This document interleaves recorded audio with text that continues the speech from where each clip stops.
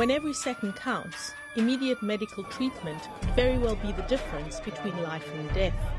United Hatzalah founder Eli Beer understood this from a young age and embarked on a lifelong mission of building a volunteer-based organization, which today is Israel's national emergency first responder. I grew up in Jerusalem. I was born and raised there.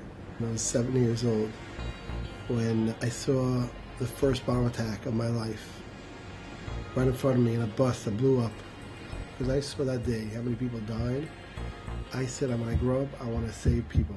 At 15, Eli began volunteering for a local ambulance company. For almost 2 years, I would volunteer twice a week for 8 hours and trying to get to that opportunity that I always wanted to save someone's life. But every time someone called for help, we would drive in the ambulance to save him. We never got there in time. And I realized I'm not going to be able to save someone that way. And that day I decided maybe we could do something different out of the box. Eli's original idea of local volunteers wasting no time by rushing to save their neighbors in life-threatening situations has grown from 15 volunteers in his own neighborhood to over 2,000 volunteers working all over Israel. Using United Hatzalah's state-of-the-art Life Compass technology, a central dispatch is able to track and notify the 10 closest and most qualified volunteers to the emergency. These motivated medics are on call 24/7 and when notified will drop whatever they are doing to rush over to the scene. Many volunteers are equipped with United Hatzalah's signature ambucycles, which carry everything a regular ambulance has except a bed and allow for easy access in a traffic congested environment. A recognized international leader in their field, United Hatzalah are able to arrive on scene in less than 3 minutes, reducing the average first response time by 1,000%. Right as I finished my military service, I got a motorcycle from Hatzalah and I was considered a first responder. That's our biggest goal, is to get there fast, to stabilize the patient before the ambulance gets there, because that's the most crucial time. It's a lot of volunteering. It's 24/7, 365 days a year.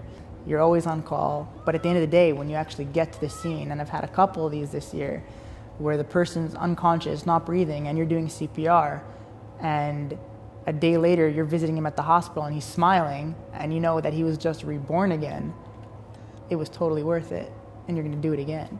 United Hatzalah's 10 Kavod project, which translated means give respect, addresses the special needs of the lone and at-risk elderly.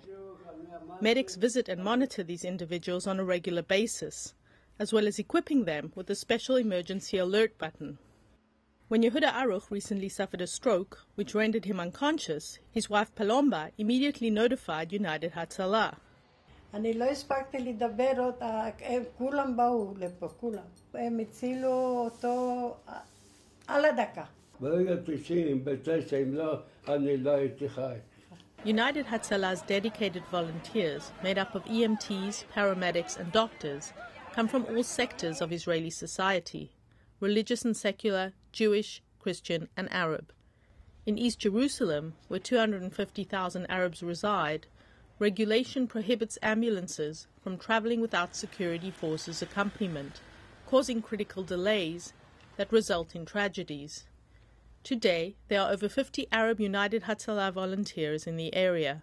My father passed away in this house because the ambulance refused to come down. So I decided to do the course as EMT and to help our neighborhood. Our community is so closed on itself. When they meet a person that they know, they feel comfort with him. So they will let him to go inside and take care of the patient. I think it's a big help for our community. Since I've been a part of United Hatzalah, I saved a lot of persons, Jews and Arabs actually, and some tourist people. United Hatzalah's volunteers do not discriminate when it comes to saving lives, and they proudly work together to achieve this ultimate goal.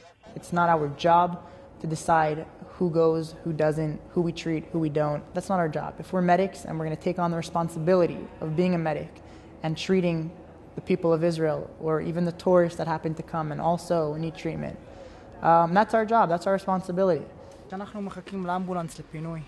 As a religious Jew, I didn't have a whole lot of interaction with non-religious people, and certainly not non-Jews and Arabs, but I found that When we're saving lives together, all those barriers and perceived barriers fall for that goal of saving lives.